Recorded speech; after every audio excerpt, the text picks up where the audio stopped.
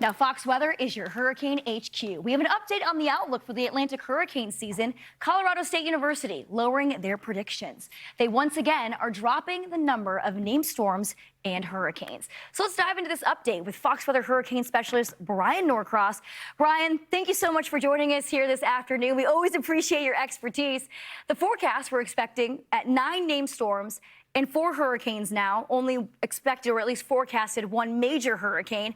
I'm curious, what are your first initial thoughts when this kind of came out this morning? Well, I was kind of confirmed what I thought, actually, to be honest with you, Bain, because the forecast for the whole season has been based on how strong is the El Nino going to be. So back in April when they made their first forecast, the forecasts for El Nino are always quite uncertain in the spring, so they didn't want to go with the super low numbers committing to a super strong El Nino.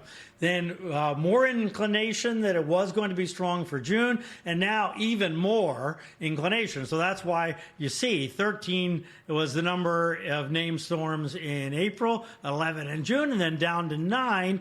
The thinking has been the same all along. It's the certainty in the El Nino forecast that has changed as we've gone forward in time. And by July, we usually have a pretty good handle on whether it's going to be a strong El Nino or not, and all indications are that it will. You see all well below average. Remember, we already had 1 sort of tropical storm, Arthur, so 8 to go, 4 hurricanes, and then 1 Category 3 or above is the forecast. As I said, this is all about El Nino, and the question is, in this box in the Pacific here, south of Hawaii up here, so in this box, how warm is the water compared to the tropics all around the Earth? That's how you determine how strong the El Nino is, that relative temperature. And you can see it's very kind of red and orangey in there, which means it's way up here in the warmer than average category, and it's continuing to warm, and the indications that we have are that we'll continue to warm significantly. So that's why now everybody kind of jumping in and saying, okay, it's going to be a strong El Nino, and that's going to limit the hurricanes because it creates hostile atmospheric environment over the Atlantic. When the water is very warm there in the Pacific, air rises, it has to go somewhere, comes down over the Atlantic and goofs up the hurricane season, which is, of course, a good thing. But then we have more going on in the Pacific. We also have this very warm water here, and we have this very warm water here. So it's really a big heat wave going on in here, and that's going to have a significant effect on the weather around the planet, including in the southwestern U.S. and California later in the year, but the immediate effect is in the Atlantic. So we're going to call this the #1 reason for a suppressing factor is the El Nino that's coming on strong and is already causing hostile upper-level winds across the Atlantic.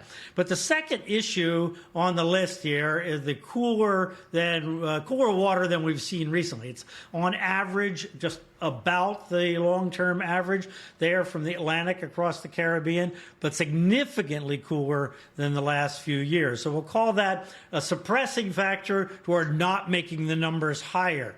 If you remember, in 2023, the water there was super warm, and it counteracted the El Nino. So no counteracting effect here, and a stronger El Nino is the thinking. And then we have those upper-level winds that are indeed supported by the El Nino and enhanced by the El Nino. Right now, they're just screaming across the tropics here. So as long as you have that, everything gets tilted over and kind of wiped out, and so nothing is going to happen. We'll call that suppressing factor #3. And as we look forward in time for a week, look at this. They continue, especially over the Caribbean, and that's the real signature of El Nino, is you get these hostile winds over the Caribbean. So anything that comes along here kind of gets wiped out before it can maybe turn north or do damage. If it's going to affect us, it's going to have to turn north sooner. And then we have dust for now. This usually lasts on until the middle of August, more or less. And you see, if we go through the 7 days of dust, it actually increases and moves west. In Florida, we're going to see the dust. In Texas, across the Gulf, already in San Juan and Puerto Rico that are seeing a lot of dust. So that's another factor suppressing activity, at least for this first part of the hurricane season.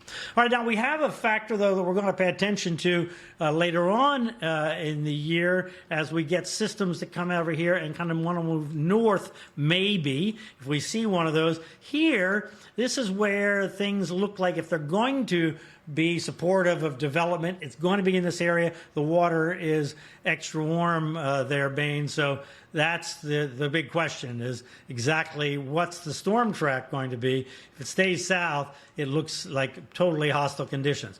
But if it can get up here and the weather pattern is conducive, the water is going to support development. So systems that would develop there would develop close in, and those are annoying kind of systems because we have less time to prepare. Bain? I was going to say, you know, even looking at those temperatures within the main development region, you were just mentioning this, they're a lot cooler. So I'm kind of wondering your take on this too. I mean, we got from the CSU, their forecast, only one major hurricane, and we tend to kind of see that usually, not always, developing in the main development region. So having those cooler temperatures out there, definitely going to be making an impact when it comes to that. But you're right, it's the homegrown systems we got to keep a close eye on there. So, Bryan, we know you'll be all over it all season long, no matter what. So we appreciate your expertise on this. Again, that's Fox Weather Hurricane Specialist Bryan Norcross. Thanks again.